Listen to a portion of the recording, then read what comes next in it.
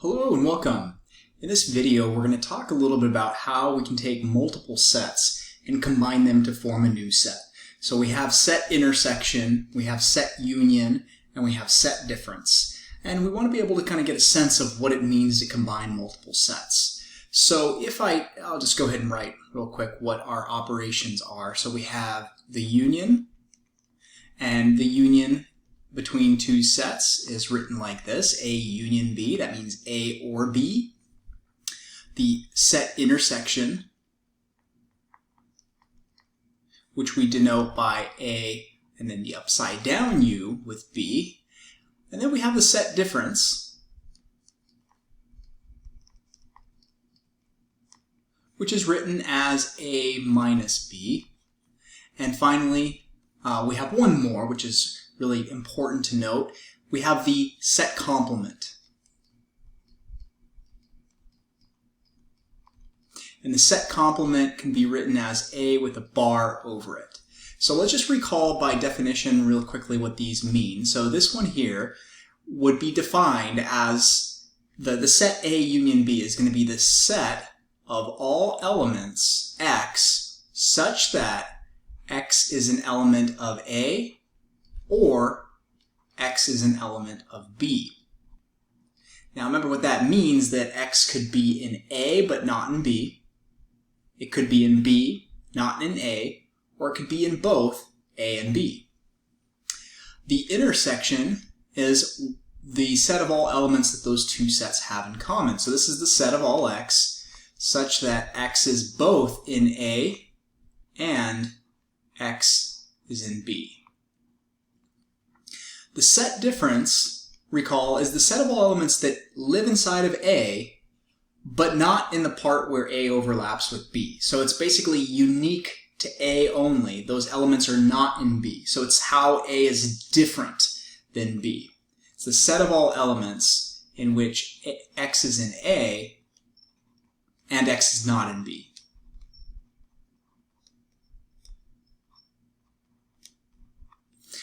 Then finally, set complement.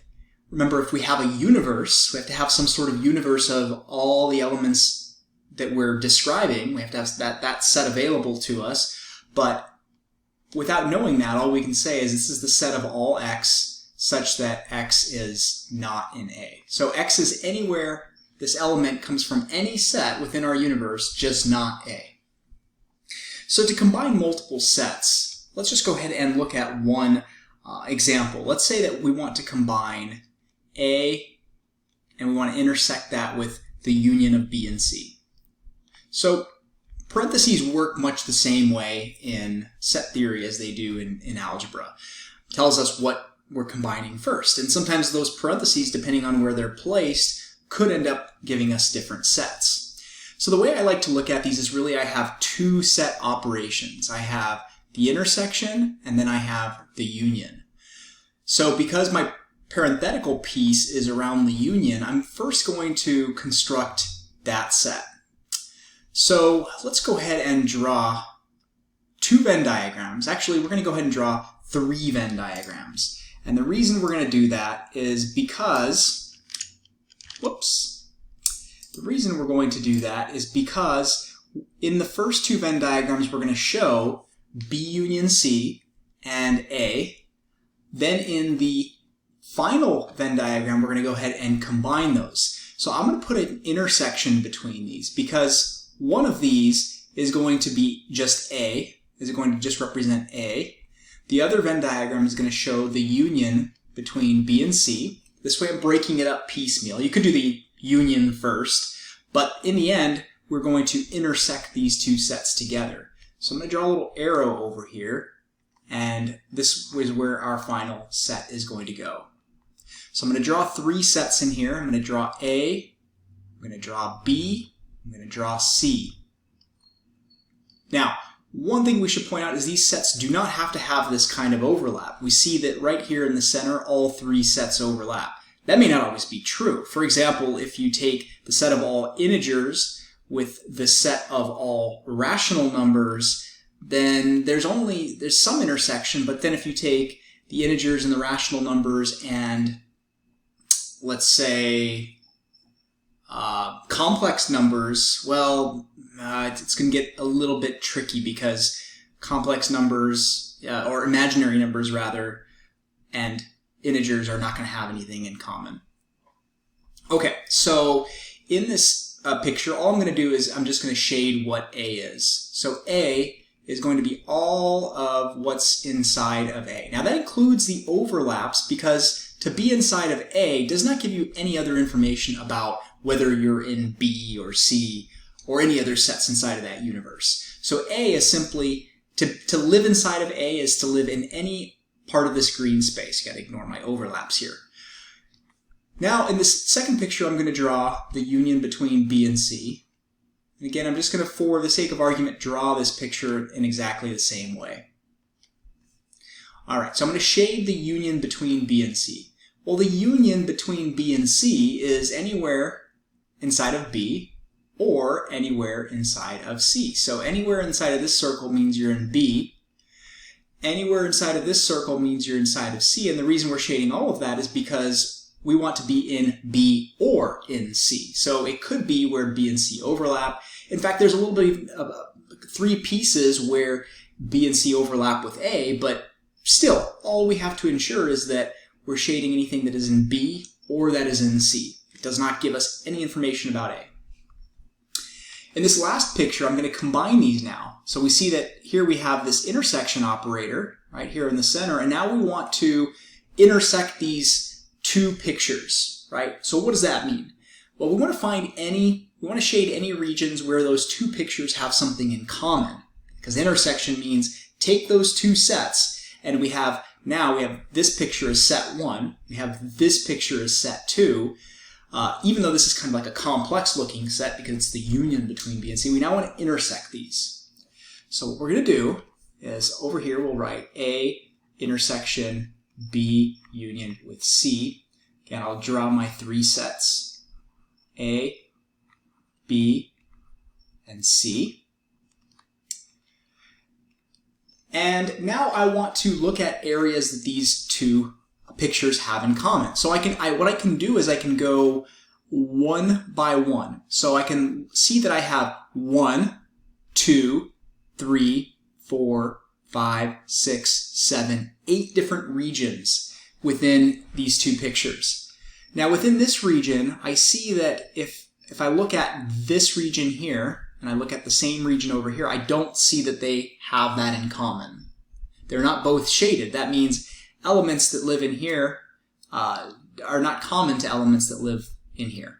So there are no elements that live in here because B union C means that we're only going to incorporate part of A with it. So in this region, nope, we're not going to shade that. I'll put an X there because we don't see those two regions shaded. We also don't see the region outside shaded, so I'll just go ahead and put an X there. Now, if we look at the center piece here, we see that this is shaded, and this is shaded over here as well. So in my picture, I'm going to shade that piece when I go to shade it.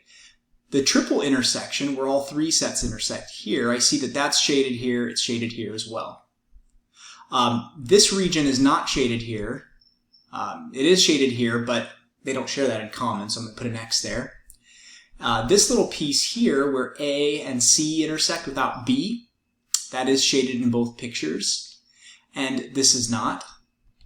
And same thing for this piece here that's not shaded here, but it is shaded here. Since I'm looking for areas that they have in common, I'm not going to shade that. So anywhere I have a check mark, I want to make sure I shade that in my final picture. So that means all of this here is going to get shaded. And that means, let's see, anything else? 1, 2, and it looks like this little section right here will get shaded as well.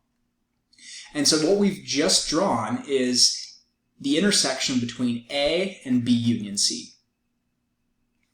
Let's take a look at another one. Let's take a look at the intersection between A and B unioned with the intersection between A and C. So once again, I'm going to form a couple of pictures here. Here I have 3 operators. I have 2 intersection operators, 1 union operator. So I'm going to again draw two pictures. One, I'm going to shade A with the intersection of B. In the second one, I'm going to shade A with the intersection of C. And then in my final picture, I'm going to shade A with the union of those two intersections. I think what I'll go ahead and do here is draw 3 circles. And now I can go about conducting my shading. So the reason I'm not going to draw a separate set for A and a separate set for B is because I already know what the intersection between A and B looks like.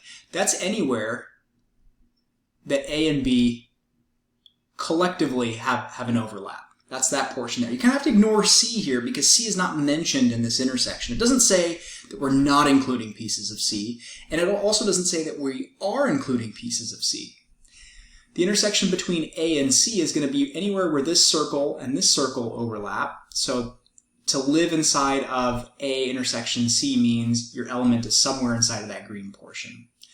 Now we're going to union these together. Now remember what union means. Union says take all of the shadings and combine them into one picture. Take all of the elements that the two sets have and put them all together. Do not include duplicates, of course. All right, well, so that's going to be a little bit easier to do because I just have to shade all of the regions that are in this picture, which is all of this here. And then I also have to shade all of the regions in this picture, which is this little football-shaped piece here. And again, they both have something in common. So A intersect B and A intersect C have an intersection that is common. And that's the picture I get when I combine these two sets and form A intersection B unioned with A intersection C. And this was A intersection B. This was A intersection C. Now, one interesting thing that we should note is if we look at these two pictures, the one that we drew above, we see something really interesting. These are the same. Wow, well that must mean something about the structure of A intersection B union C and A intersect B union A intersect C. This actually illustrates something that's called the distributive law. One of the distributive laws, which basically says that the intersection between A and B union C is the same thing as A intersected with B union A intersected with C. Now, we'll provide some more evidence for this because this is only based on the picture that we have drawn right now. If these sets weren't all overlapping in the way they are, we'd have to be really careful about claiming that this is true. Let's go ahead and look at one more. And in this set, we will take a look at one where there's a negation. Or rather, sorry, set complement. Okay, so let's say that what we want to illustrate next is the intersection between A and B complement and C complement. Now, one of the things that we know is that the intersection that is common between the two sets, whether it's A intersection B or B intersection A, the portion that gets shaded or the elements that are in common are still the same. So if I want to take all of the elements that are common between this box and put them into a third box and only take the common elements, then it doesn't matter which order I consider those boxes in. So what I'm going to do here is I'm going to go ahead and say I'm going to draw a picture that incorporates, actually, here I will do this.